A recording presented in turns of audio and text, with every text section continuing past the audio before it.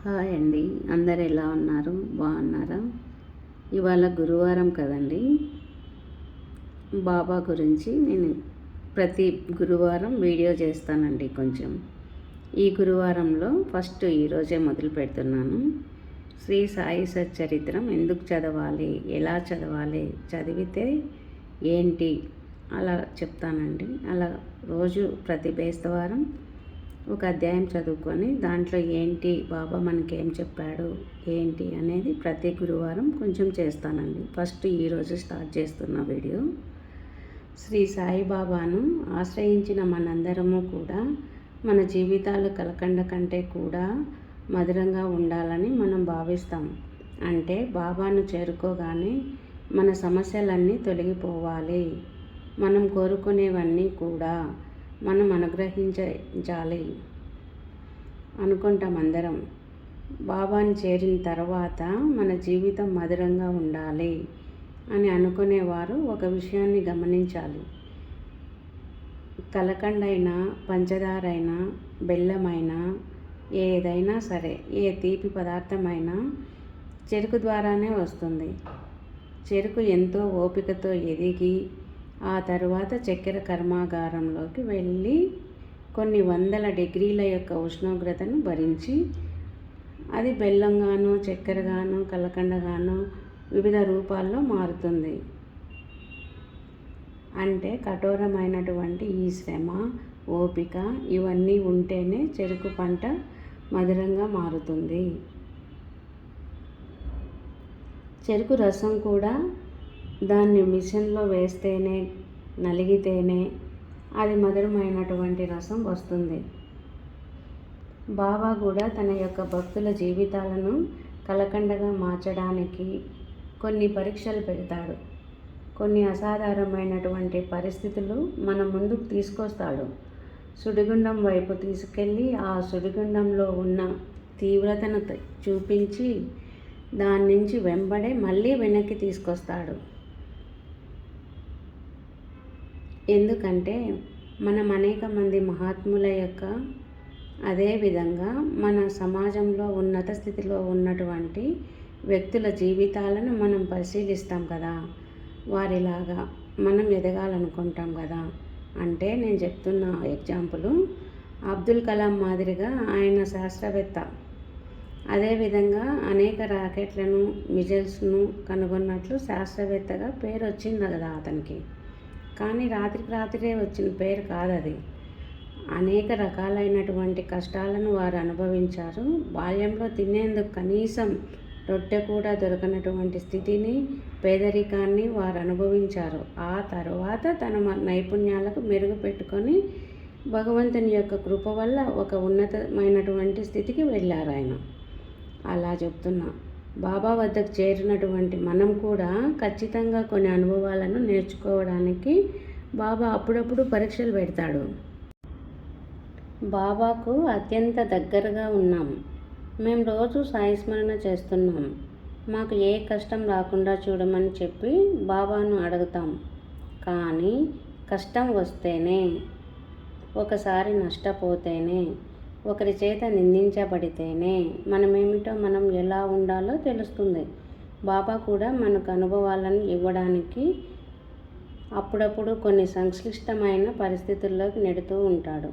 చాలామంది అంటూ ఉంటారండి, బాబా ఎందుకండి ఈ పరీక్ష పెడుతున్నారు, బాబా ఎందుకు పరీక్ష పెడుతున్నాడు అనే ప్రశ్న వేసుకునే ముందు, బాబా ఈ పరీక్ష ద్వారా నాకు ఏం నేర్పించబోతున్నాడు అనేటటువంటి ఒక పరిశీలన అనేటటువంటిది మనం ఖచ్చితంగా చేయాలండి.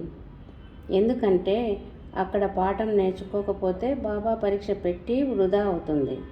ఖచ్చితంగా ఈ సమస్య ద్వారా బాబా నాకు ఏ పాఠాన్ని నేర్పించదలుచుకున్నారు అనేటటువంటి విషయాన్ని మనం ఖచ్చితంగా నిశితంగా పరిశీలించుకోవాలి. చాలామంది కష్టం, దుఃఖం రాగానే వేదనకు లోనవుతూ ఉంటారు. అసలు ప్రపంచంలో ఎవరికీ లేనటువంటి బాధ మనకు మాత్రమే ఉందనుకుంటూ ఉంటారండి. కానీ ఆ కష్టంలోనూ నేర్చుకునేటటువంటి గొప్ప అనుభవం. అదేవిధంగా నువ్వు ఒకటి అనుకుంటావు కానీ బాబా నీకు ఏది శ్రేయస్కరమో అదే ఇస్తాడు. ఇదంతా ఎందుకు చెప్తున్నానంటే అదేదో పారాయణం చేస్తే బాబా మనకు అన్నీ ఇచ్చేస్తారు, మన కోరికలు తీరిపోతాయి అనుకొని పారాయణం మొదలు పెడతారు కొంతమంది. బేస్తవారం మొదలు పెడితే బుధవారానికి అయిపోతుంది, అంటే వారానికి అయిపోతుంది. ఒక కోరిక కోరుకున్నాం, బుక్ చదివేశాం, ఇక అన్నీ బాబా చూసుకుంటాడు అనుకుంటాం. అలాగా అనుకోవద్దండి, అలా చదవకూడదండి. అసలు బుక్ చదవడం అంటే బుక్ మొత్తం ఎన్ని అధ్యాయాలు ఉంటాయి? 52 అధ్యాయాలు ఉంటాయి కదా. ఆ బుక్ మొత్తం వారం రోజుల్లో చదవాలి అనుకుంటే ఏ రోజుది ఆ రోజు చదివేయాలి. అంటే పొద్దున్న కొంచెం మొదలుపెట్టి మళ్ళీ పనులు చేసుకొని అన్నీ అయిపోయినాక సాయంత్రం మొదలుపెట్టి ఆ రోజు చదవాల్సిన బుక్ అయితే చదివేస్తారు. అలా చదివి బుక్ అయితే వారం రోజుల్లో కంప్లీట్గా చదివేస్తారండి. కానీ మనకు వీలున్నప్పుడు బుక్ చదవడం కాదు, మనకి ఎన్ని పనులున్నా ఆ పనులు పక్కన పెట్టి మనం వీలు చేసుకొని పలానా టైంలోనే బుక్ చదివేయాలి అనుకొని చదవాలండి. రోజుకి ఎన్ని గంటలు? 24 గంటలు ఉంటుంది. అందులో మనం ఒక అధ్యాయం చదవాలి అనుకొని మొదలు పెడతారు కొంతమంది బుక్. అలా చదివే వాళ్ళకి ఎంత ఉంటుంది? 1/2 అవర్. వారంలో అయిపోయి చేయాలి బుక్ అని మొదలుపెట్టే వాళ్ళకు రోజుకి 1 అవర్.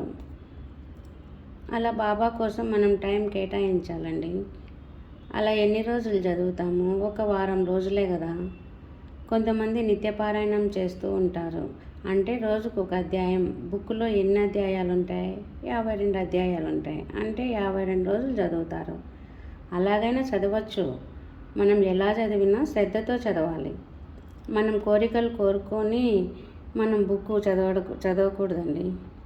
ఒక కోరిక కోరుకుంటాం, ఆ కోరిక నెరవేరితే నేను బుక్ చదువుతా, పారాయణం చేస్తా అని కొందరు అనుకుంటూ ఉంటారు, బాబాకు మొక్కుతారు. అలా అనుకొని ఎప్పుడు చదవద్దండి. ఇంకా నీ దర్శనానికి వస్తా, షిరిడీకి వస్తా అని బాబాని కోరుకుంటూ ఉంటారు చాలామంది బుక్ మొదలు పెట్టకముందే. అలా ఎప్పటికీ కోరుకోకండి. అంటే నేను నీకు అది చేస్తా కాబట్టి నువ్వు నాకు ఇది చేయాలి అని డిమాండ్ చేసినట్లు ఉంటుందండి, మనం పారాయణం చేసినట్లు ఉండదు. అసలు కోరికలు ఏమీ కోరుకోకండి. బుక్ చదవాలి అనిపిస్తే బుక్ చదవండి, షిరిడీకి వెళ్ళాలి అనిపిస్తే షిరిడీకి వెళ్ళండి, బాబా దర్శనం చేసుకోవాలి అనిపిస్తే దర్శనం చేసుకోండి. అంతేకాని కోరికలతో ఇవన్నీ చేయకండి. బాబా అంటాడు కదా, నువ్వు నా కోసం 1 అడుగు వేస్తే నేను నీ కోసం 10 అడుగులు వేస్తా అని అంటాడు కదా. అంటే బాబా నా తండ్రి, నేను అడిగినవన్నీ ఇస్తాడు, నా కోరికలు తీరుస్తాడు అని అనుకోకూడదండి మనం. వీడు నా బిడ్డ అని బాబా చేత అనిపించుకోవాలండి మనం. బాబాను నా తండ్రిగా పూజిస్తున్నాను, నాకంటే ఎక్కువ ఎవరు పూజించలేరు అని అనుకుంటాం. అది తప్పండి. బాబా దృష్టి మన మీద పడినప్పుడు మనం ఆయన బిడ్డలుగా మారిపోతాం. ఆయన దృష్టిని మనపై నిలుపుకోవాలి అంతే. అప్పుడే మనం చేసిన పూజకు ఫలితం ఉంటుందండి. ఇవాళకి ఇది చెప్పానండి. ఇంకా నెక్స్ట్ బేస్తవారం వచ్చి ఫస్ట్ అధ్యాయంలో బాబా ఏం చెప్పినాడు, ఆ అధ్యాయంలో ఏముంది, ఆ అధ్యాయం గురించి మీకు ఎలా అని నేను ముందు చదివి దాని గురించి కొంచెం చెప్తానండి. ప్రతి బేస్తవారం ఇలా కొంచెం కొంచెం చెప్తా వస్తానండి, ప్రతి బేస్తవారం బాబా గురించి. బాబాని నమ్మి చూడండి ఒకసారి, చాలా మేలు జరుగుతుంది. కానీ నువ్వు అది చేస్తే నేను ఇది చేస్తా స్వామి అని కూర్చొని పారాయణం చెయ్యకండి. మన ధర్మం మన ప్రకారంగా మనం చదవాలి, చేయాలి. అప్పుడు బాబా మనకేమిస్తాడో చూడండి, అప్పుడే తెలుస్తుంది మీకు. నెక్స్ట్ థర్స్డే మళ్ళీ స్టార్ట్ చేస్తానండి. బాయ్.